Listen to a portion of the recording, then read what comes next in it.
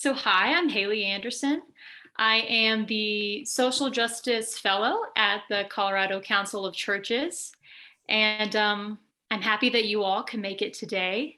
Today, we're going to be talking about the Care Portal. Um, I'm just so excited for you all to learn about how you can use this resource and apply it in your churches. I would just ask that you all put yourselves on mute so that we don't have a lot of background noise during the presentation.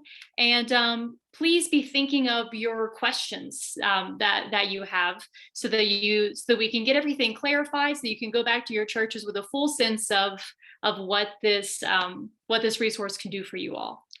So on that note, I'm going to hand it over to Marcia. Good afternoon. Thank you. Thank you so much, Haley. It's been such, man, it's so close to Christmas. You start to feel the spirit of giving every time we talk about CarePortal. My name is Marcia Brown. I'm a program administrator at Denver Human Services Child Welfare Agency, and we're currently certainly using CarePortal, but I really wanted to have an opportunity to share with you from the other side, the side that comes from the families that are in need, our foster families or kinship families, or simply families that come into the child welfare system.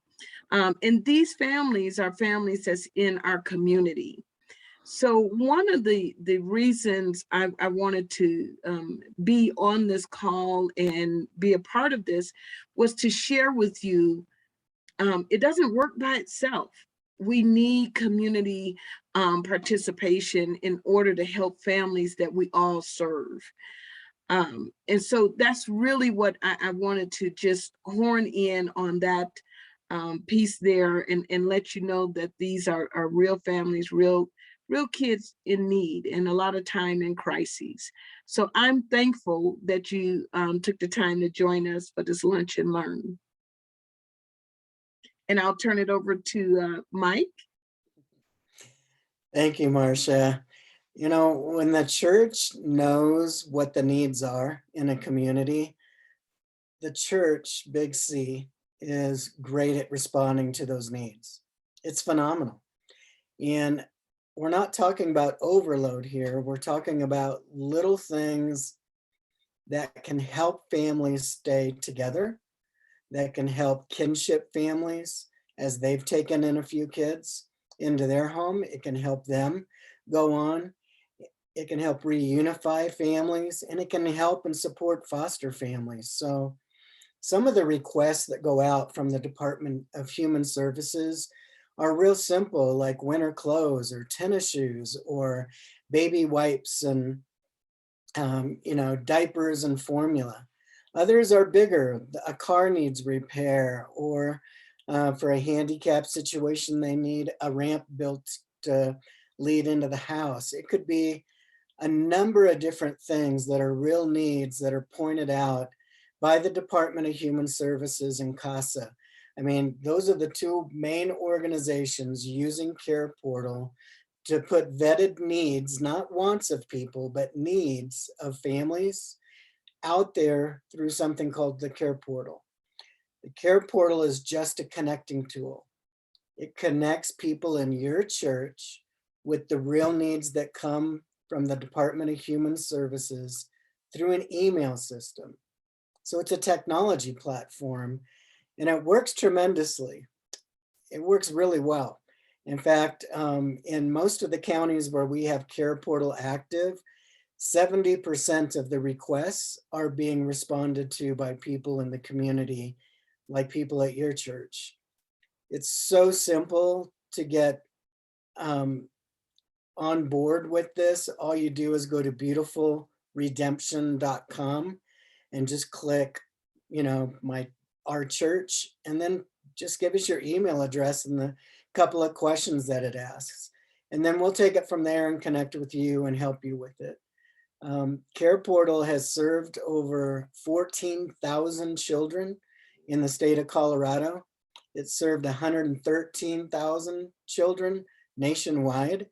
And out of the 30 states that are part of CarePortal, Colorado is number 4. I mean, our churches respond in an amazing way. And that's why we're excited about it going in Denver. We have a few churches on board. The more churches, the bigger the engine. Most of these requests too go out and will come to the people on your email list that you put in for your church page within 10 miles of your church. So we're not talking about driving all the way down to Colorado Springs or something like that. We're talking about helping with a need close to where you live, in your neighborhood. I'm a biological dad, foster dad, adoptive dad, and granddad. So I kind of check all the boxes there. And when we first started Beautiful Redemption, every child's beautiful, every story can experience redemption. It was just, we gotta somehow find a way to connect the everyday people of local churches and get them connected with the real needs from the Department of Human Services and CASA. We just need to figure that out, and other schools and agencies, and this thing has a life of its own. And then the Lord led us to CarePortal. And here was this technology platform that connected everything. I mean, yes, we recruit for foster care and foster families. Yes, we help with wraparound care, but we were missing that step where everyone or anyone could be involved in helping someone. You know, we had a request just a couple of weeks ago. Someone had a need for a bike, and someone goes, "Hey, I got a bike I'm not using that's in the garage. I'm going to help with that." Boom, they hit respond. We had someone else say, "Hey, I got the request on my app. I'm getting the diapers and the wipes." So click, they responded. We had one church get excited. They saw the need for bunk beds, and they gutted their basement of their church and created a wood shop. And now they've provided over 500 bunk beds. Another church said, "Hey, we can help with these diapers and wipes and formula."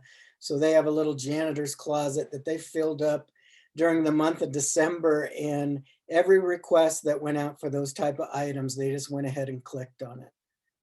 I was really moved by the story of a 15-year-old girl who was pregnant, and one of the ladies answered her request for baby items, but then asked the caseworker in responding, "Would it be possible if our Bible study group of ladies put on a baby shower?"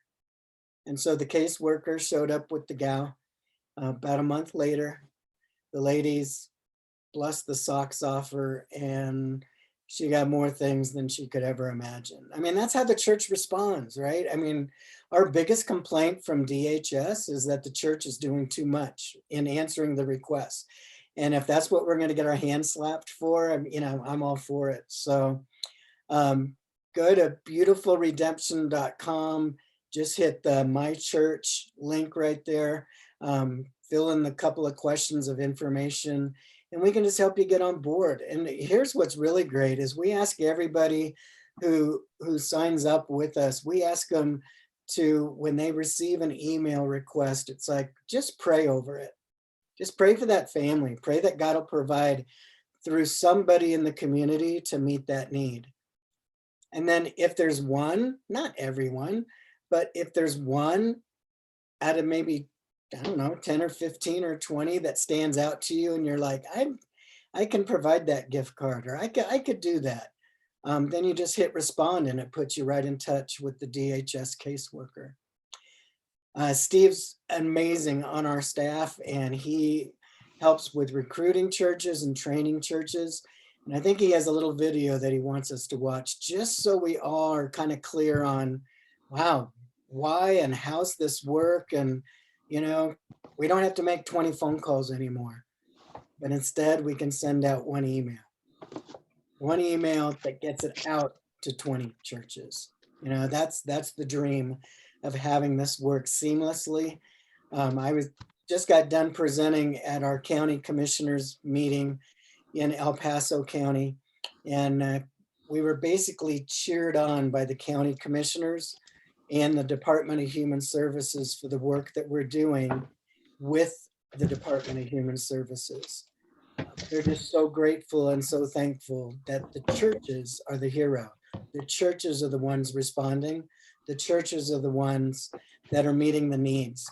And it's absolutely beautiful when churches take the time, get an email list together of people that are interested in their church. They click it on the little button on beautifulredemption.com and we get going.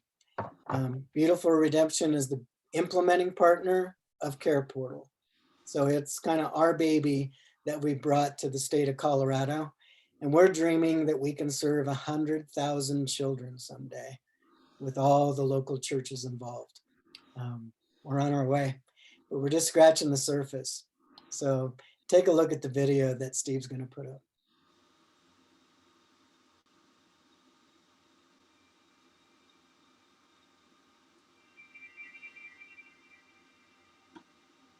Every year, more than 4 million children teeter on the brink of entering foster care, and more than 400,000 are in foster care, most of them for preventable reasons. The foster care system impacts more than you can imagine. 50% of the homeless, 60% of girls and women rescued from sex trafficking raids, and 75% of those incarcerated spent time in foster care. The foster care system is ground zero, the place where our efforts will have the absolute greatest impact in our communities. And here is the good news. So many of you care about these issues. Churches, agencies, and businesses, community leaders all want to help. What we're missing is connection, the chance to collaborate and put our networks and resources together. CarePortal uses technology to make real-time care connections for kids and families in crisis. This platform helps us make the most vulnerable children our priority, which makes them the single most powerful source for uniting and healing our communities as we serve together. Here's how it works. Caseworkers with child-serving agencies encounter needs of children in crisis every day. They enter vetted needs into CarePortal, which immediately makes local churches and community members who join the network aware, giving them a real-time opportunity to respond. This platform is designed to equip the local church to be at the point of care for these children and families in need. And it allows for the entire community to work together on any request. So whether it's one church that responds or a community of churches and businesses and individuals working together, CarePortal makes vital connections possible through an easy-to-use platform at your fingertips. So many of our children and families in child welfare are isolated. They don't have a support system. CarePortal can provide not only the physical needs for the children and family, but can also provide a support system and relationships. I look at the CarePortal as a platform for us to be able to do ministry across denomination lines, across racial lines, across social economic lines, and the mission field is in our backyard. Sometimes, connection means meeting one need at just the right moment. At other times, connection starts life-changing relationships. When you join CarePortal, you are saying yes to connections that change lives, transform communities, and can reverse the foster care crisis in our nation. That yes makes children the priority, because every child matters, and what you do matters. Children have the power to change us.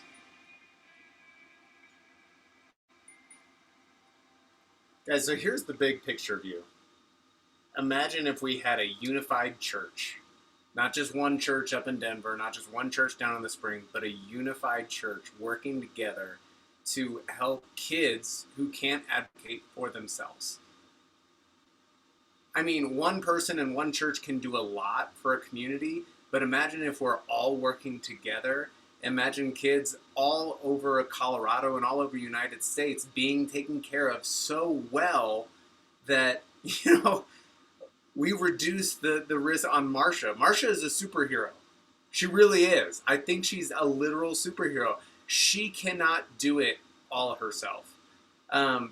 There's so many people on this call that can do so much, but together we can do so much more. This isn't built so that one person can go save the world. This is built because we have more than enough resources within all of our spheres. We have more than enough resources to take care of these kids. And like the video said, what we're missing is that connection. This is just a simple tool that we use, not an Amazon delivery service. This isn't just about getting people stuff. This is about discipleship in your churches. If you're supposed to go love your neighbor on Thursday at 4 o'clock, what does that look like for you? Buying somebody else a Starbucks for $6 in line? That's nice. You can afford a Starbucks for $6. What about the kid who's sleeping on the floor? Like, how are we serving them collectively at a church? Sometimes when these requests get met, there'll be 4 different churches showing up at this family's door being like, God bless you. Can I pray for you? Like, how can I serve you today? That is what the church needs in this day and age, regardless to all of our denominational differences and doctrinal differences, working together to make Christ known in our communities. That's really what we want. It's a mission. Every single one of these, I think we've served 114,000 kids nationwide, something like that. Every single one of those is a mission trip next door. That's great. Go to Africa, go to Indonesia, go to all these places, but you can literally go down to Meadows Avenue, 2 miles away from your house, and serve a kid. This is about making service tangible for every single individual. It's not just, hey, great, we like missions. All right, missions pastor, put on a show for us, put on an event for us. This is really about connecting individuals. It's not supposed to be just one more program for church leaders to run. This is really about empowering every single individual at your church to be able to do something. And it doesn't mean they have to respond every week or every month even.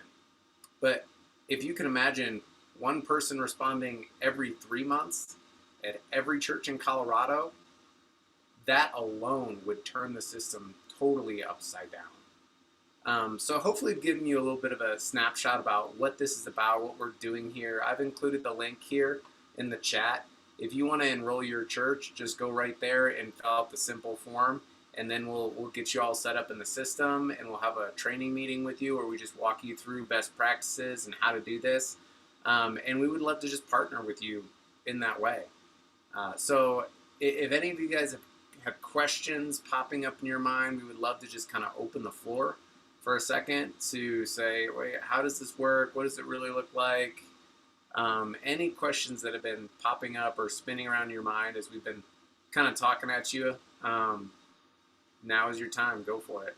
Yeah, Chris, get ready to share too about church-entered needs. I mean, a church can actually put requests out for people in their own church and have it go out to people that are on their email list. So again, instead of making 10 calls to try to find winter clothes for, the single mom's daughter, it just goes out through an email. And some of you are probably wondering about, well, how much does this cost? What's going on? That kind of thing. We've secured a grant. So if you're on this call, it will not cost you anything. If you would like to donate to beautifulredemption.com at some point, kind of thing, to help us help other churches, great. If you never give a penny, great. This is not a dollar and cents thing. This is for us about getting the church put together in a community in such a way that it impacts DHS and those kids in need in a God-sized way. That's what we're about. That's what we want to see happen. So it's free. No strings attached. It's free. Okay. And we're happy to be able to serve you, the local church, and help your mission even be better. So Chris, can you share about the church-entered needs?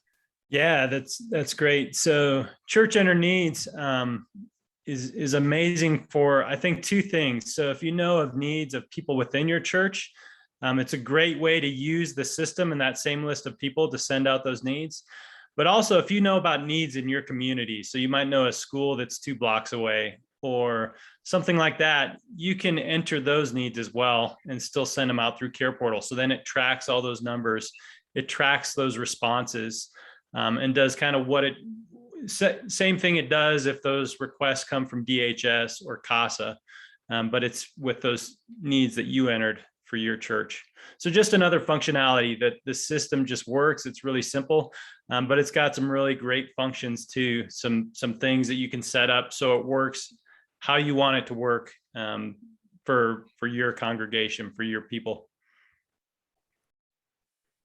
It's pretty cool too how it's set up to make getting the information out, the connection, as easy and simple as possible. Every church has a leader, a point person, we call them, for that church. And they help the church put together an email list. Hey, if you'd be interested in receiving these emails, then sign up your email here. And they have a church page on the system. It has more technology than you could ever dream of.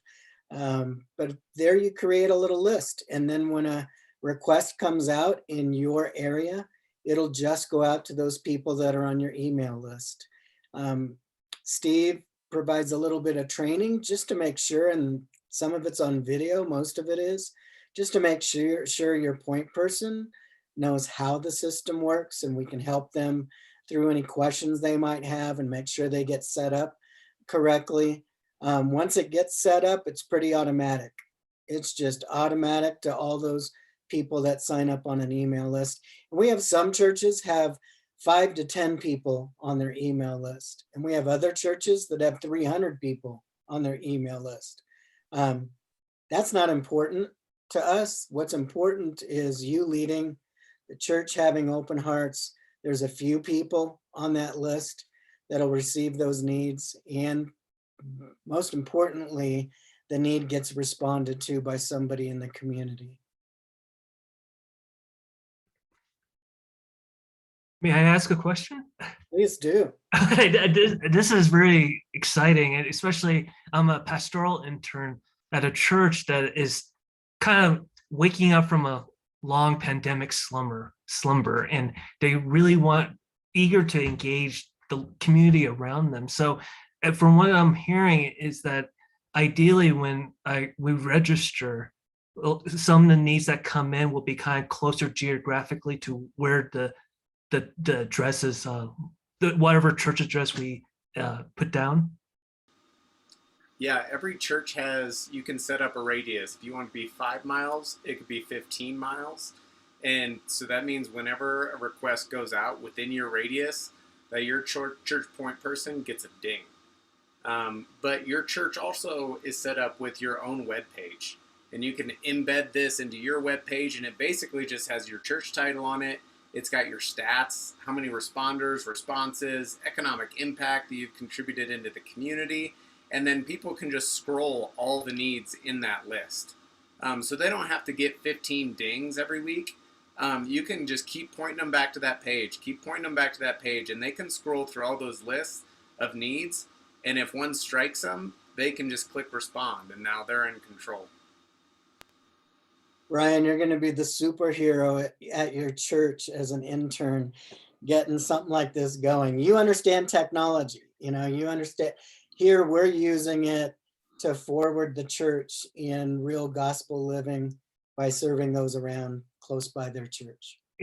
And I guess from the platform, there's information we could gather so that towards the year end, or when we do our annual church conference, we can tell a story. It won't just be we did a thing. We can actually, with description and with specific information, kind of tell a narrative of how we've been present in the community. You're right, Brian. I think you're going to have too many stories to tell. Okay. I'd also like to just add, from a personal perspective, I do a lot of speaking in the community about homelessness to home ownership, and lots of work in the community building and strengthening families. There is, I mean, every time I say this, it's always another thing that beats it. But there is nothing better than knowing that your help is going to help somebody in need, right? And so as a congregation, like you were saying, Brian, you can have radius, you can have, I had a young lady ask me, she said, oh, we go to the senior citizen, and they're always trying to, what are they, knit the little baby blankets and the little baby hats. And this is a great thing. It is a great thing coming out of the slumbers of pandemic, right? Because we still have to give, all of us together. There is absolutely not a better feeling in the world than to know that this family, this little baby that, was removed from or in special placement with an aunt and just doesn't have anything, can rely on community, a local congregation. And you know what? What happens if you provide a car seat and you work directly with that family? Now, the next time that family may be in need or is wanting to have some support, build a stronger support system, the likelihood of them going to the family or the people that helped them is far greater. And that's what's really exciting about this as well, Brian. So, I mean, kudos to you for getting it right away. Because we could always say the next guy. It could be somebody else can get signed up, right? Somebody else. But it doesn't work until we do it, right? Until we hit the button and we start down this journey. And to be honest with you, it doesn't hurt. It doesn't hurt at all. Andrea, you're with CASA, Court Appointed Special Advocates, and I know you help in Douglas County. Do you help in Denver County as well? We have a CASA program in Denver. That is not the one that my organization works for. Okay. And I'm not sure if Denver CASA is on CarePortal. Marcia or Steve, I don't know if you would know that. But we are, my organization serves Arapahoe, Douglas, Elbert, and Lincoln counties. And I was just looking at our dashboard before this call. We've been partners since June of 2020, so coming up on 18 months. And we've had 111 kids supported through CarePortal. 77% of our requests have been met. So I think that is above the national average that I was hearing. I mean, it is so rare that we don't get a hit through CarePortal. It is so consistent.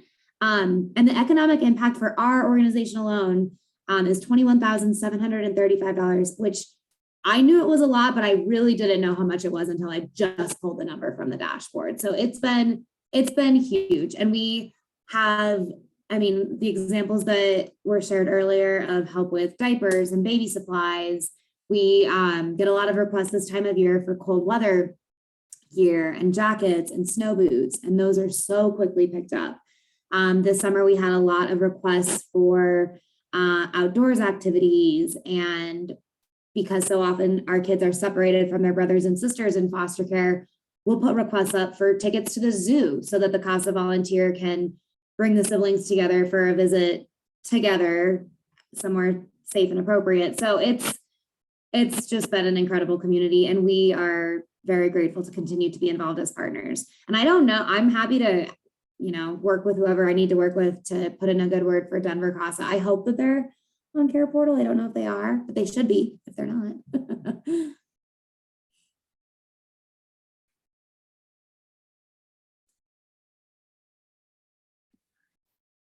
I'll open it up now if we have any more questions. I'd love to hear them. And I just wanted to share one final reflection if we don't have any more questions. Just waiting to see if anyone wants to unmute. Yeah, Sue, go ahead.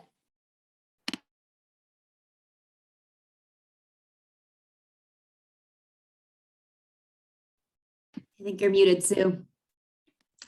I have followed through legislation through Voices for Justice over the last several years, and I've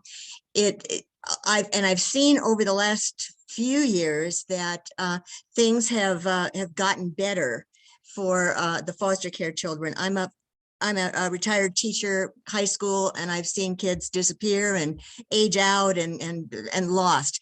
But I also see, by looking at the legislation that they're doing now, there is so much more that that is left, and I wonder if there's anything that that I can tell my group, tell my church about anything beyond like taking things to them.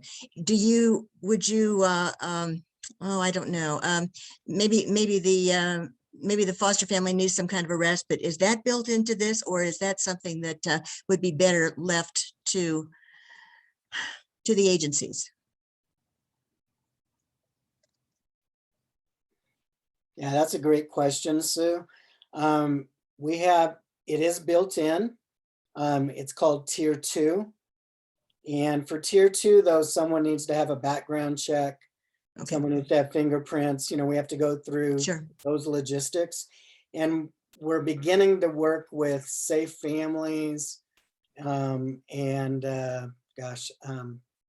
Chris or Steve, can you help me with the other organization? For the children. There we go, For the Children, to help with some of the mentoring, counseling, respite issues, those types of things. The other thing we can do is make an ask on CarePortal, even in Tier 1, for some of those things. But if someone replies, they do have to have the correct protocol of making sure those safety measures are in line. Okay. Yeah. Yeah, I know I'll be asked that. I can Right. just expect that. So thank you for the Yeah, information. and just know, Sue, Sue, that there's other organizations like in Colorado Springs, we have Hope and Home Foster Care puts out requests. Life Network with single moms and babies puts out requests. Lutheran Family Services puts out requests, Catholic Charities. There's a number of organizations, so it isn't just for DHS. Okay. DHS is our biggest partner, and they know the needs and they work best at getting them out there. Now I'm sorry. Go ahead. Sorry. Yeah, go ahead. We're between South Aurora and Centennial, and I would imagine that there will be enough people in that 10-mile radius there. But offhand, you just kind of get this stereotype that, well, they're not here, but I know they're there. So it's the numbers. That's another thing I'm going to be asked. So the numbers are going to be workable then. There are people out there that need our help. Yes. Yep, there are. In every county, there's requests that have not been opened. 70% have been answered, but that leaves 30% that still have not had a response. Okay. Yeah. Thank you. Yeah, you bet. Quite frankly, it's almost easier to bring on agencies because it's so apparent what there's. Hey, we want to help your kids. Just put out the needs that you have, and people will respond to it. It's kind of easy to get more agencies involved. We just took on a crisis pregnancy center. Goodwill has a ministry that they're bringing on, and Denver Public Schools. All very excited to get started. So on the other side of that, we need churches who want to raise their hand and respond. So we always have a need for churches. The more churches that we have, this thing can multiply exponentially as long as we have the churches. Otherwise, we go to Marcia and say, hey, DHS, we're here to help, and we're not. And that just makes everybody frustrated. So really the only limitation is how many people do we have responding? How many churches do we have? And then it can just multiply.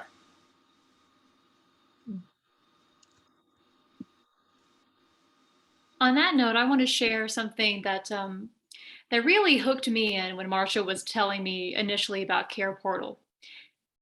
She was saying that CarePortal in Denver, as I believe Steve shared, there's only 4 churches that are involved in the CarePortal in Denver, and churches from outside of the county are responding to requests, but that's kind of a limited thing, right? So we have people responding to individual needs, maybe giving something concrete, maybe giving a car seat, but how do they give those connections? How do they make this support systems that really is a part of the vision of CarePortal and a part of the vision of the church?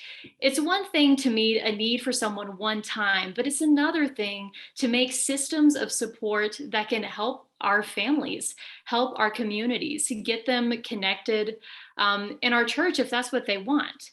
So I just want to uplift that. There are definitely needs. There are a super limited a number of churches in Denver that are involved in it right now. And there are, I can only imagine the amount of needs in Denver alone that can't be met by just 4 churches. We need a full community support. And I think as Brian was saying, our churches are disconnected right now. We've been disconnected from one another. We've been disconnected from our communities in this really difficult time. And now as more people are getting vaccinated, it's time that we reach back out.